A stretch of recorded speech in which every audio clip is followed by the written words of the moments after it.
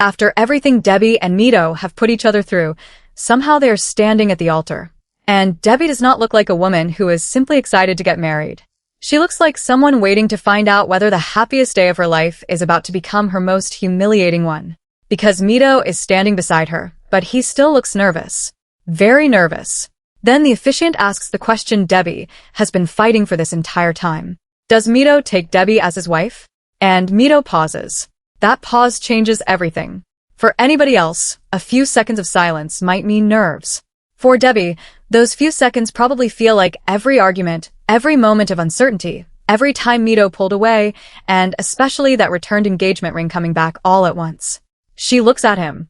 Mito looks like he is thinking. And after everything that has happened between these two, Debbie knows exactly how dangerous Mito thinking can become. Then he finally says it. 이다. Debbie breaks down. And yes, that is the moment everybody has been waiting for. But I actually think the wedding is the least complicated part of this entire story. Because the real question is not whether Mito eventually married Debbie. He did.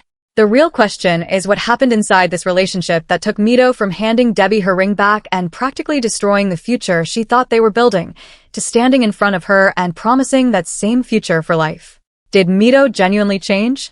Did almost losing Debbie finally wake him up? Or did the fear of losing her push him into a marriage before either of them had fixed the problems that nearly ended the relationship in the first place? Because once you go back to that returned ring, this wedding stops looking like a simple romantic victory. That ring was never just jewelry. For Debbie, that ring represented certainty. It was proof that all the questions surrounding this relationship had an answer. Whatever other people thought, whatever concerns existed, whatever differences they had, Debbie could look at that ring and tell herself, he chose me. So when Mito returned it, Debbie did not hear, I need some time to think. She heard, I don't choose you anymore. And those are emotionally two completely different messages. That is where the biggest problem between Debbie and Mito has always been hiding. They seem to respond to fear in completely opposite ways. When Debbie becomes insecure, she moves closer. She wants answers. She wants reassurance. She wants Mito to say exactly what he feels, exactly what he wants, and exactly where the relationship is going. Mito appears to do the opposite. When he feels pressure, he pulls back. He gets quiet. He wants space. And the harder Debbie pushes for certainty, the more trapped Mito seems to feel. That creates a brutal relationship cycle because both people accidentally create the exact situation they are afraid of. Debbie sees Mito getting quiet and thinks he is leaving, so she pushes harder. Mito feels Debbie pushing and thinks she is trying to control his decision, so he pulls away even more. Now Debbie becomes more scared because he is pulling away. Mito becomes more overwhelmed because Debbie is more emotional. And suddenly one disagreement turns into a relationship emergency. Neither person even has to be trying to hurt the other. The pattern does the damage for them. But returning the ring took that pattern much further. Because Mito turned an emotional doubt into something Debbie could physically hold in her hand. There is a huge difference between hearing your partner say, I'm scared about marriage, and having your partner hand the symbol of that marriage back to you. One creates a conversation. The other feels like an ending. And I think this is where Debbie's reaction becomes deeper than simply being heartbroken. There is probably humiliation involved too. Think about what it means to defend a relationship like this. You tell yourself people do not understand what you have. You defend the age difference. You defend the cultural differences. You defend the arguments. You tell yourself the difficult moments are temporary because the love is real. Then the person you have been defending gives the ring back. Now you're not only questioning him. You are questioning yourself. Did I ignore something? Did I want this marriage so badly that I started explaining away things I should have taken seriously? Was I fighting for the relationship, or was I fighting to prove that everybody doubting us was wrong? That is where Debbie reaches a dangerous emotional point. Because once proving other people wrong becomes part of why you stay, walking away starts to feel like admitting defeat. And that can keep people inside unhealthy patterns much longer than love alone would. But I don't think Mito should automatically be painted as the villain either. His eventual explanation actually creates a very uncomfortable gray area. Mito says the ring did not come back because he suddenly stopped loving Debbie. He returned it because he was scared they were moving toward marriage faster than they were fixing their problems. And if we separate that concern from the way he handled it, that concern is actually reasonable. Love does not automatically make two people ready for marriage. A wedding does not repair communication. A marriage certificate does not remove cultural differences. It does not erase outside pressure. It does not make somebody less insecure. And it definitely does not magically teach two people how to fight fairly. So Mito asking himself whether they were actually ready was not necessarily the biggest red flag. The bigger red flag was how he handled that fear. Instead of communicating uncertainty, he created rejection. He let Debbie experience what felt like a breakup first, and only explained the fear afterward. That matters. Intent is not the only thing that counts in a relationship. Impact matters too. You can say, "I wasn't trying to hurt you," and still repeatedly behave in ways that make your partner feel unsafe. At some point, "That wasn't what I meant" stops being enough. And Debbie finally seems to reach that point. She stops begging Mito to reassure her. She stops asking, "Do you love me?" Instead, she asks the question that really matters. "What are you going to do?" That changes the balance. Because love is easy to talk about when nothing is being demanded of you. Commitment requires behavior. Debbie basically tells Mito that she cannot continue planning a future with someone who acts like he may disappear whenever that future starts becoming real. Either they seriously move toward marriage, or Debbie is leaving. And I can already see how viewers would divide over that. A section of the audience would probably say Debbie finally did what she should have done much earlier. Stop chasing. Stop negotiating. Stop accepting half decisions. Force the relationship to become something real, or finally walk away from it. But another section of viewers would probably have a very different reaction. Because there's a danger in an ultimatum too. If Mito says yes because he truly decided Debbie is the woman he wants to marry, that is one thing. But if he says yes because Debbie has made him believe the alternative is losing her immediately, is that still a free decision? That is the uncomfortable part. Debbie needs certainty. Mito needs space. And at this stage of their relationship, neither person seems capable of giving the other what they need without feeling like they are betraying themselves. If Debbie gives Mito unlimited time, she feels like she is abandoning her own standards. If Mito gives Debbie an immediate answer, he may feel like he is making a permanent decision under emotional pressure. That is not a small problem. And then Mito finally gets hit with something he may not have fully experienced before. Debbie leaving becomes real. Until now, they could argue. Mito could pull away. Debbie could get upset. There would be tears, anger, another conversation, and somehow they would come back together. Underneath all that chaos, maybe both of them believe there would always be another chance. But now Debbie looks serious. Now she is no longer simply threatening to leave because she is angry. She appears ready to actually do it. And suddenly Mito has to stop asking himself only one question. Am I ready to marry Debbie?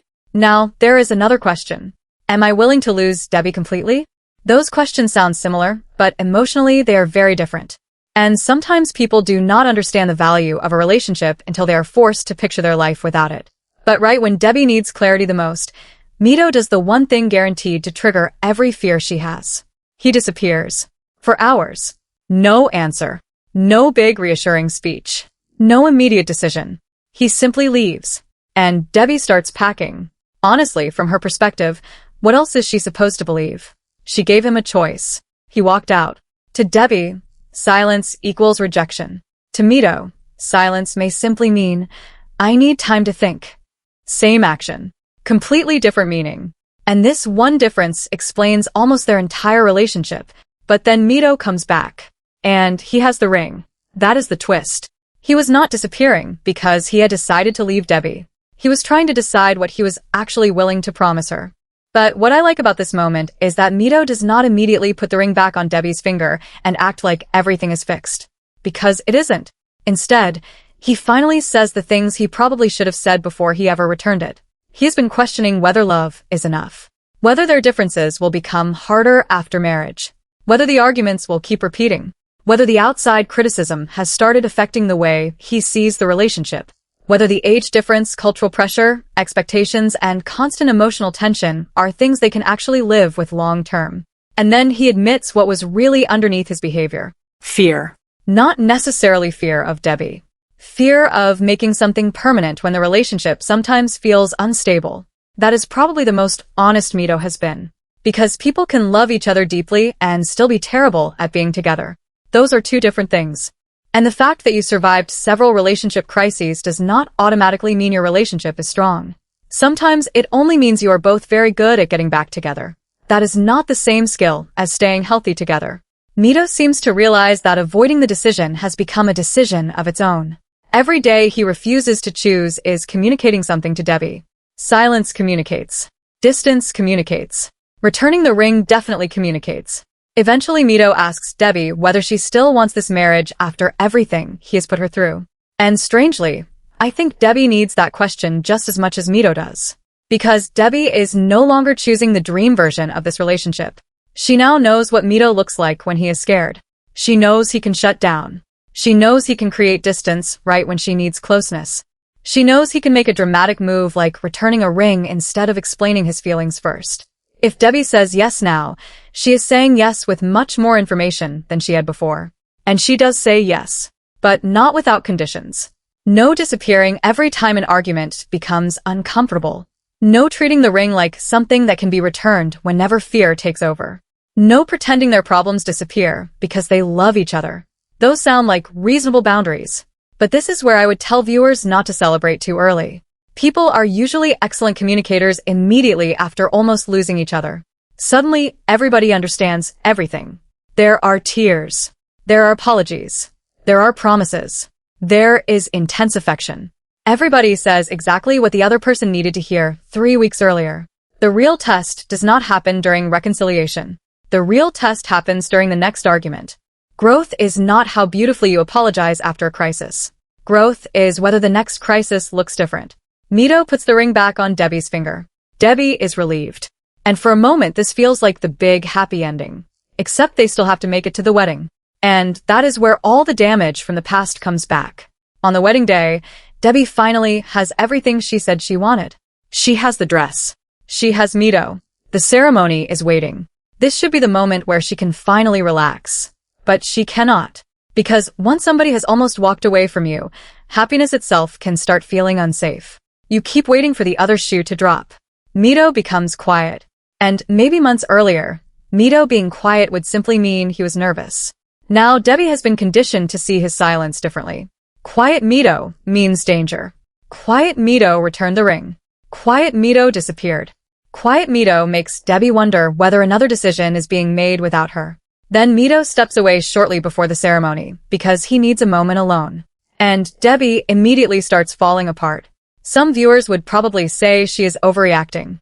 He just needed a minute, but that ignores the history. You cannot repeatedly connect distance with rejection and then expect your partner to interpret distance as harmless. Trust changes the meaning of behavior.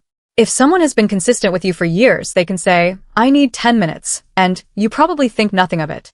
If someone has previously walked away when the relationship became serious, those same 10 minutes can feel terrifying. So Debbie's biggest enemy on her wedding day is not actually Mito. It is the memory of every version of Mito that almost left. And at the same time, this cannot become an excuse Debbie uses forever. Because if they are married, she cannot treat every quiet moment as abandonment. Mito cannot live inside a marriage where asking for space automatically becomes evidence that he wants a divorce. That would eventually make him afraid to communicate honestly. So both of them have work to do. Mito needs to learn how to create space without making Debbie feel discarded.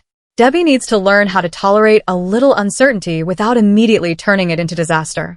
Then Mito comes back. He was not running. He was overwhelmed. And the ceremony continues. Then comes the question. Does Mito take Debbie as his wife? He pauses. Debbie's expression changes immediately. And after everything we now understand about their relationship, that pause is almost cruel even if Mito does not intend it to be. For Debbie, this is the entire relationship compressed into a few seconds. Is he choosing me? Or is he about to pull away again? Then Mito says it. Ido. Debbie cries. They exchange rings. Mito kisses her. And Debbie keeps looking at that ring almost like she needs proof that this time it is actually staying on her finger. Mito looks relieved. And I know some viewers may interpret that as him not being excited enough, but relief does not necessarily mean regret. This is a man who has been wrestling with the biggest decision of the relationship.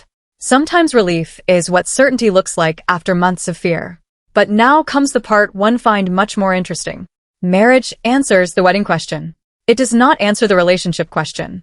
And if viewers were debating the story online, I think there would be two very clear sides. One side would see this as Mito finally growing up emotionally. He was afraid.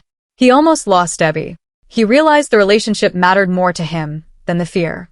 And when it mattered most, he came back, put the ring on her finger, stood beside her, and said yes. For that group, this wedding would represent real growth. But another section of the audience would probably see something much more worrying. They would say Debbie and Mito have confused surviving chaos with having a strong relationship. And that criticism deserves attention. Because look at the cycle. Fear, argument, Withdrawal. panic, possible breakup, Big emotional conversation. Huge promise. Reconciliation. Extreme happiness. Then, eventually, another crisis. That pattern can feel incredibly romantic because the reunions are so intense. But the reason a reunion feels amazing is because the relationship felt terrible right before it.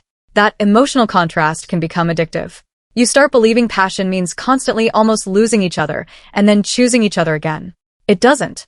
Healthy love eventually becomes boring in the best possible way. Predictable. Safe. Consistent. You should not need a relationship emergency every month just to remind yourself your partner cares. That is what Debbie and Mito have to learn now. No more ring drama. No more disappearing acts. No more I almost lost you, so now I understand. They need to prove they can survive one ordinary disagreement without making the entire marriage feel temporary. And their communication styles are going to make that difficult. Debbie appears to process emotion outwardly. She wants to talk immediately. She wants reassurance. She wants answers. Mito seems to process pressure inwardly. He gets quiet. He thinks. He creates space. Neither style is automatically wrong. But put those two styles together without boundaries, and you get exactly the kind of relationship we have been watching. Debbie interprets space as abandonment. Mito interprets reassurance-seeking as pressure. Then both people become defensive. Marriage does not erase that. If anything, marriage raises the stakes. Before, Mito could return a ring. Before, Debbie could start packing. Now there are deeper consequences attached to those impulses. And none of the other issues disappear either. The age difference does not disappear. Cultural differences do not disappear. Family expectations do not disappear. Outside judgment does not disappear. If anything, those issues become more important after marriage because now they have to make practical decisions. Where will they live? What does each person believe a husband or wife should do? How much independence do they expect? What role should family play? Who compromises when their expectations clash? What happens when one person believes they have sacrificed more for the relationship? Those questions are not as dramatic as somebody returning a ring. But those are the questions that actually decide whether couples last. Debbie also needs to be very careful about what meaning she gives this wedding. It would be easy for her to look at the ring and think, I was right all along. Mito married me. Our love survived. Everybody who doubted us was wrong. But Mito marrying Debbie does not prove every concern about this relationship was wrong. Some of those concerns may still be exactly what creates their next crisis. Likewise, Mito cannot treat marriage like a reset button. He cannot say, well, we are married now. Forget what happened. The past is not something they should erase. The past is information. It tells Debbie what happens when she becomes afraid. It tells Mito what happens when he feels pressured. It shows both of them exactly where the relationship breaks down.